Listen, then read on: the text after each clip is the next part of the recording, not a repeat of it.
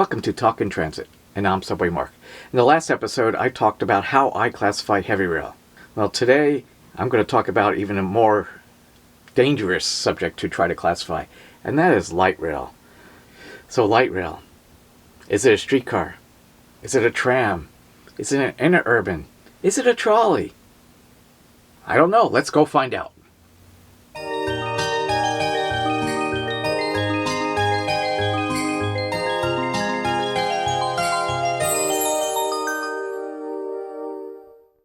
Okay, so light rail. So what is it? Well, I think part of the problem with defining light rail is its lineage. It goes all the way back to the horse car. So when horses pulled a carriage behind filled with passengers down a street. Later that was electrified in the late 1880s into the 1890s and became trolleys or streetcars. And then some streetcars lines started extending outside the cities and became interurbans. And then there's the problem with some countries call them trams. In the US we tend to call them streetcars, and now with modern light rail. But also in other countries, like Japan calls them shidan, which literally translates into city electric because they were electric railways that ran in the cities. When looking at modern light rail, you can see it's kind of a blend of the old streetcars that stayed within a city and interurbans which went outside the city connecting suburban or even other towns and cities along the way. Then there's some light rail systems that take on metro or heavy rail-like qualities with heavy-duty right-of-ways, very limited street interaction and such like that. So what is light rail? How do we define that? So the first thing I try to do is let's differentiate light rail from streetcars. So streetcars tend to stay within a city, mixed traffic, very little exclusive right-of-way, maybe some exclusive right-of-way, but pretty much local, very slow compared to the old interurbans.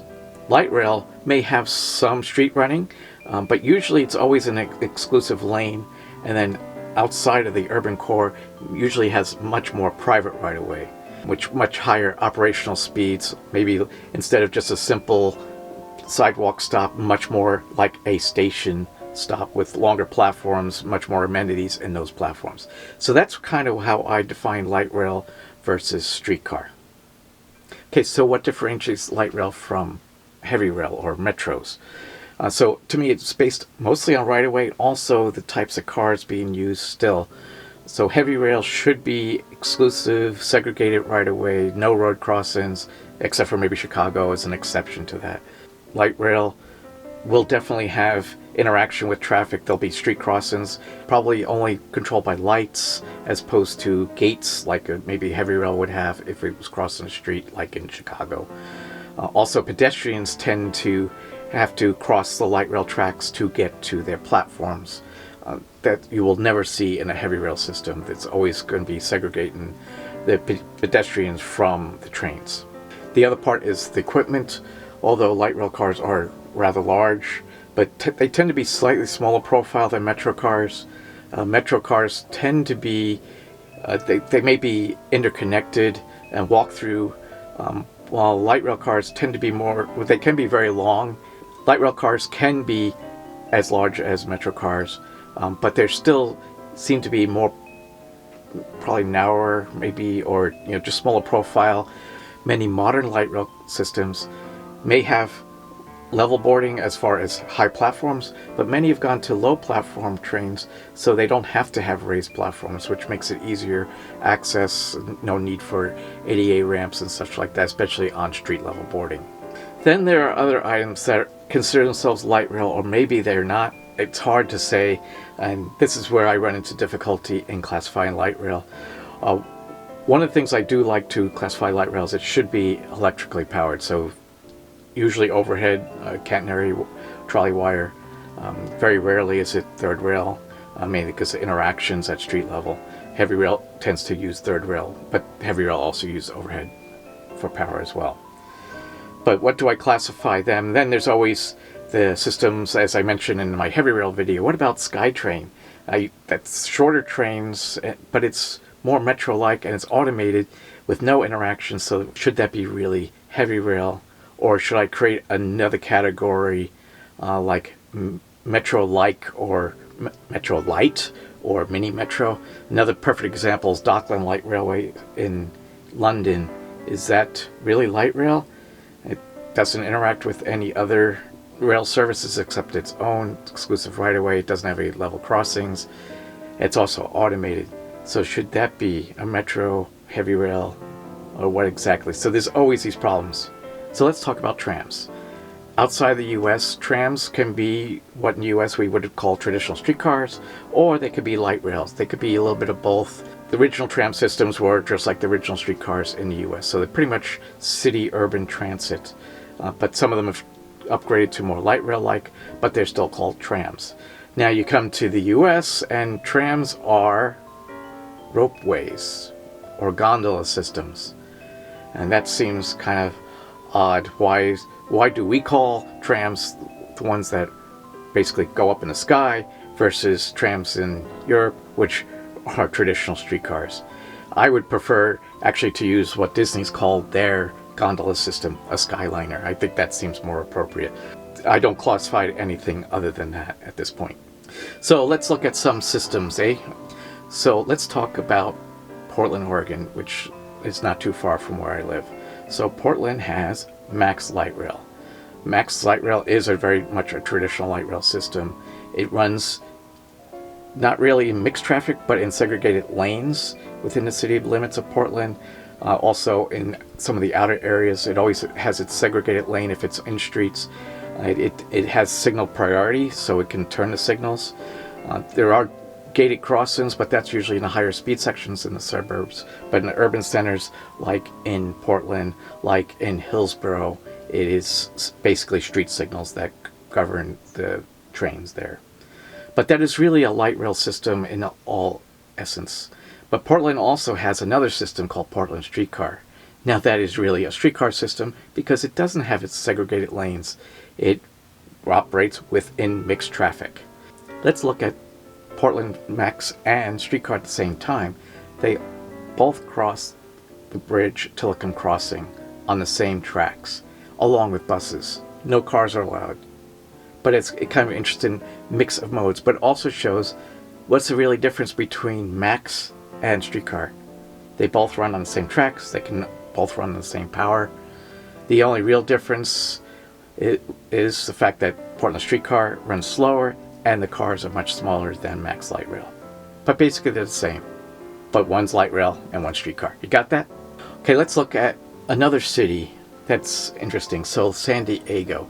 San Diego is often the city that's cited as the light rail renaissance in the United States. It has the first modern system built in the United States that's started a whole wave of light rail around the country. But what do they call their system? They call it the San Diego Trolley. They don't call it light rail, which is interesting. But it proved its overwhelming success connecting the borders at San Ysidro to downtown San Diego. And because of the success there, the system has expanded. And it runs in exclusive right-of-way with exception in downtown San Diego, but it has its own exclusive lane. So therefore, it is a light rail system. But then San Diego area has another system that I'm not sure how to classify. And that is the Sprinter that runs out of Oceanside in North County, San Diego. And it runs with diesel multiple unit cars on what was a freight right-of-way. Now it's a shared right-of-way. That doesn't necessarily make it not light rail because San Diego Trolley also has freight on it, although the freight runs on the off hours, just like on the Sprinter line. But the Sprinter is not overhead powered, it is diesel powered. It doesn't have necessarily the same level of service as light rail, but it still runs a pretty decent frequency along the line. So what do I call that? I still haven't figured that out. Do I call it DLR for diesel light rail, not Docklands Light Railway? So that's one system I don't know. Another similar system to that is in New Jersey, the River Line by New Jersey Transit that runs between Camden and Trenton. Is that a light rail system? It has similar elements, but again, it's a DMU type service. So what would you call that? I'd love to know. Now, I've already pointed out on my previous video about Muni Metro. Muni Metro is a light rail system, but it's a legacy streetcar system that's been upgraded when it moved from the top of Market Street into the subway, it became a light rail system, although it's very much a traditional streetcar outside of that subway. Let's look at Pittsburgh, Pennsylvania. It has a legacy system that became light rail. Now, it has totally upgraded itself to light rail over the years. It does have some mixed traffic with buses on a busway, but predominantly it's on exclusive right-of-way. Why? Well, one is they built the subway in through downtown Pittsburgh, so they moved the streetcars into the subway. But basically, it runs on the former interurbans lines that went through Mount Washington, so it already had exclusive right-of-way. The old streetcar system was dismantled within Pittsburgh, but this exists because of that private right-of-way. You could almost say that if it had an interurban-like character, and it still exists, it could easily be made into a light rail system today. Then there's oddball light rail systems, so let's look at Buffalo, New York. Now Buffalo, or NFTA's Metro, has a rail system. It's a light rail system, but it is an odd light rail system. So unlike San Francisco and Pittsburgh, who has subway in downtown, in Buffalo, the subway is actually outside of downtown, and in downtown it runs on the surface and has fold-out steps to board the cars. So that's why it can't be a metro, is because within downtown it runs on the street and with foldable steps. So therefore it's a full-fledged light rail. So Buffalo is kind of the opposite of most systems that have converted to light rail. Buffalo was a purpose-built system. It had no legacy system left, but it built the subway outside of downtown. Then there is a city like Seattle with Seattle Link, which has expanded rapidly. I would say Seattle has a very high standard light rail system. What holds it back is its mode choice and the Rainier Valley. So instead of going full-fledged metro with full-size metro cars, it decided to go with light rail so it could run on the surface through the Rainier Valley. That's the only section of the whole system that is on the surface. The rest of the service is either in subway or on viaducts or on the surface segregated. So it's the Rainier Valley where you have to access stations via pedestrian crosswalks, crossing the tracks, multiple road crossings, the only protection are the street lights. So that's what prevents that from being a true metro system. It's very unfortunate. I think Seattle should consider putting the line through Rainier Valley into a subway or on a viaduct and sometime in the future, just to have that higher quality and faster service, because that is the Achilles heel in the whole system. Now I could go on, but instead of going on, what I'm going to do is over time I'm going to do videos on certain systems, and I'm going to classify each system, and I'm going to ask you, do you agree with my classification? I may even have a quiz at some point and see if you agree with me just by popping up a photo and say, is this a light rail system, or is this a streetcar system, or is this a heavy rail system, etc. and so forth. I would also like to know what your thoughts are on light rail systems. What makes a light rail system versus a streetcar? Please leave your comments below. I would love to read them and see what your thoughts are. Well, I hope you enjoyed this edition of Talkin' Transit. If you liked it, please do hit the like button below. Please subscribe to the channel and hit that notification bell. This way you're notified anytime I post additional videos to my YouTube channel. You not only Talkin' Transit, but other transit videos that I've been posting on this channel for years. So until next time, please watch the closing doors, and I'll see you at the next station. Bye now.